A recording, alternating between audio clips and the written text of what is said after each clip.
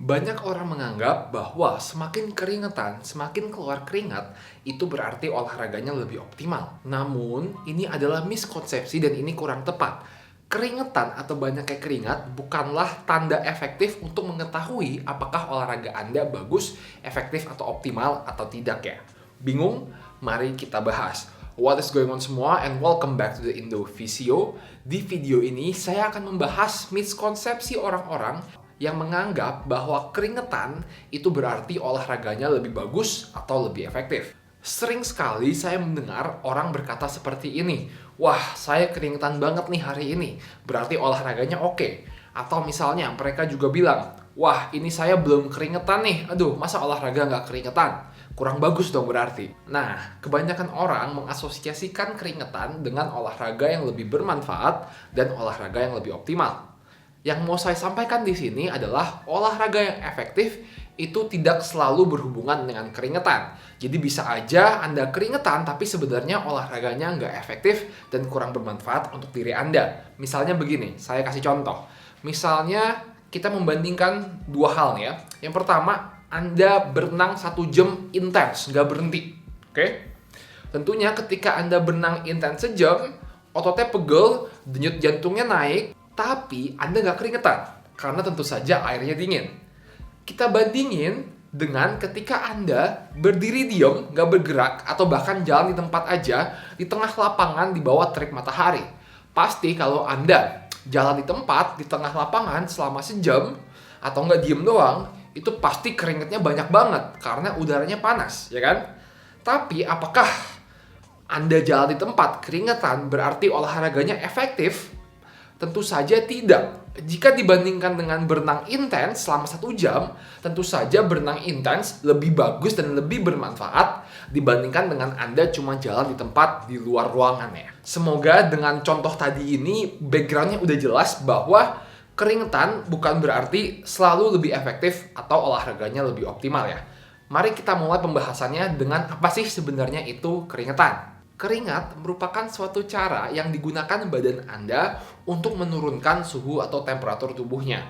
Jadi, agar organ-organ dan sel-sel tubuh bisa berfungsi dengan optimal, tubuh itu harus berada di antara temperatur 36,5 sampai dengan 37,4. Ketika temperatur Anda itu di atas temperatur normalnya, di atas 37,4, ini bisa mengganggu fungsi organ-organ tubuh dan fungsi sel-sel di dalam tubuh Anda. Maka dari itu, keringat merupakan cara paling efektif bagi badan Anda untuk menurunkan suhu tubuh sehingga sel dan organ bisa berfungsi dengan optimal. Sekarang, apa yang bisa menaikkan suhu tubuh Anda? Misalnya ketika Anda berolahraga, itu kan suhu tubuh naik. Atau ketika Anda kepanasan, udaranya panas atau nggak pakai AC.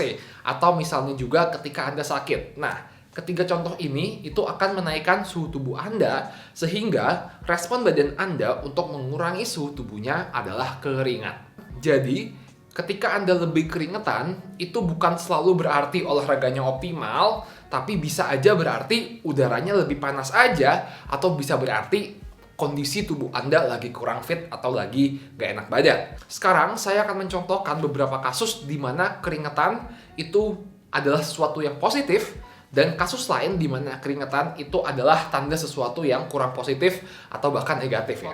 Yang pertama, ini contoh di mana keringetan adalah sesuatu yang positif yang berarti olahraga Anda lebih efektif atau lebih intens. Begini, ketika Anda meningkatkan intensitas olahraga Anda, volume olahraga Anda, tentu saja suhu tubuh badan akan lebih meningkat. Semakin tinggi intensitas atau volume olahraganya, suhu Anda semakin meningkat sehingga Anda berkeringat lebih banyak. Misalnya, biasanya Anda cuma lari 20 menit, terus Anda lari 30 menit dan Anda lebih keringetan. Nah, di kasus ini berarti lebih banyak keringat sama dengan lebih banyak intensitas dan lebih banyak volume olahraga, dan ini tentu saja bagus, efektif, dan optimal.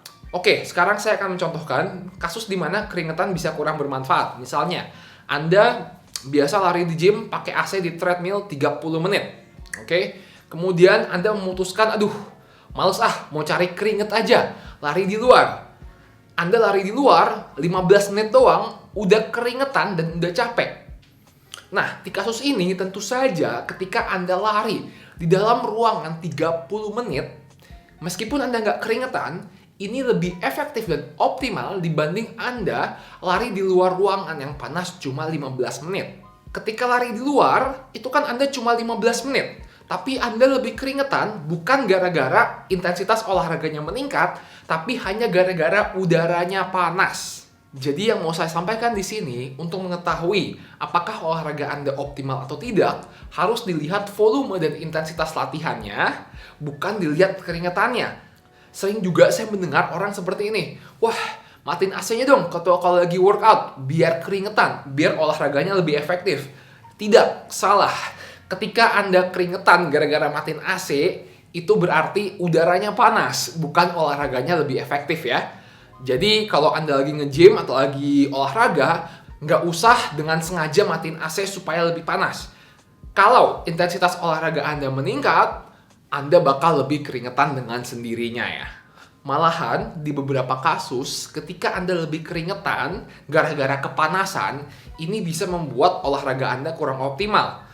Sebagai contoh, kalau misalnya Anda nge-gym olahraga di ruangan yang ber-AC, Anda kuat 1 jam. Tapi kalau keringetan gara-gara kepanasan, Anda pasti bakal lebih capek dan cuma kuat 30 menit. Yang biasanya kuat sejam kalau ada AC, ini cuma kuat 30 menit. Di kasus ini, dengan lebih keringetan, lebih panas matiin AC, itu malah bisa membuat olahraganya menjadi kurang efektif ya. Semoga dengan contoh-contoh tadi, ini bisa membuka mata Anda bahwa keringetan itu tidaklah selalu berarti olahraganya menjadi lebih efektif atau lebih efisien. Karena terkadang keringetan adalah pertanda bahwa udaranya panas aja ya. Jadi pesannya di sini ketika olahraga nggak perlu cari keringet, nggak perlu harus keringetan, tapi yang penting adalah volume dan intensitas latihan Anda. Pastikan nggak terlalu gampang, pastikan nggak terlalu sulit. Halo semua, di video ini saya mau infoin bahwa Scarlett ada 2 produk baru, yaitu Gel Mask yang terdiri dari Herbalism Mugwort Mask dan Seriously Soothing and Hydrating Gel Mask. 2 varian yang ini yang Herbalism Mugwort itu untuk kulit yang lebih normal, oily dan berjerawat.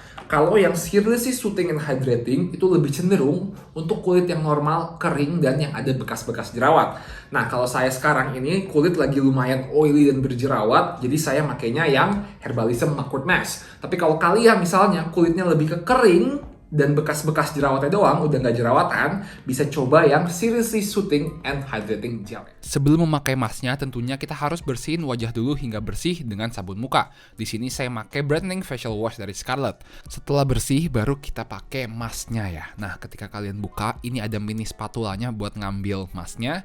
Dan bisa kalian lihat, ini buir-buirnya ini nggak terlalu banyak ya di maskernya dan nggak kasar. Jadi ketika pakai itu nggak bikin kulitnya cepat iritasi. Dengan mini spatulanya, kalian mau ambil secukupnya dan taruh secara merata di muka Anda. Pastikan dengan pemakaiannya, hindari pemakaian di area mata dan di area bibir ya. Nah, produk ini tuh banyak banget kandungan bermanfaatnya. Ada mugwort, klorofillik, dan allantoin yang bisa menenangkan kulit dan meredakan peradangan akibat jerawat. Selain itu, juga ada charcoal, green tea, dan niacinamide yang dapat membantu membersihkan pori-pori dan mengontrol kadar minyak berlebih di kulit Anda ya. Setelah dipakai merata, Anda mau diemin 10-15 menit, kemudian setelah 10-15 menit baru dibilas yang bersih pakai air ya. Tips lainnya juga, kalian juga bisa combine kedua gel mask ini. Jadi kan biasanya area T di sini itu kan lebih berjerawat. Kalau area yang di pipi itu biasanya lebih ke kering. Jadi si Herbalism Mugwort bisa dipakai di area T dan si Seriously Soothing and Hydrating Gel Mask bisa dipakai di area pipi ya. Nah, buat kalian yang mau cek lebih lanjut bisa buka langsung di IG-nya Scarlett atau kalian bisa beli langsung di Shopee-nya Scarlett ya.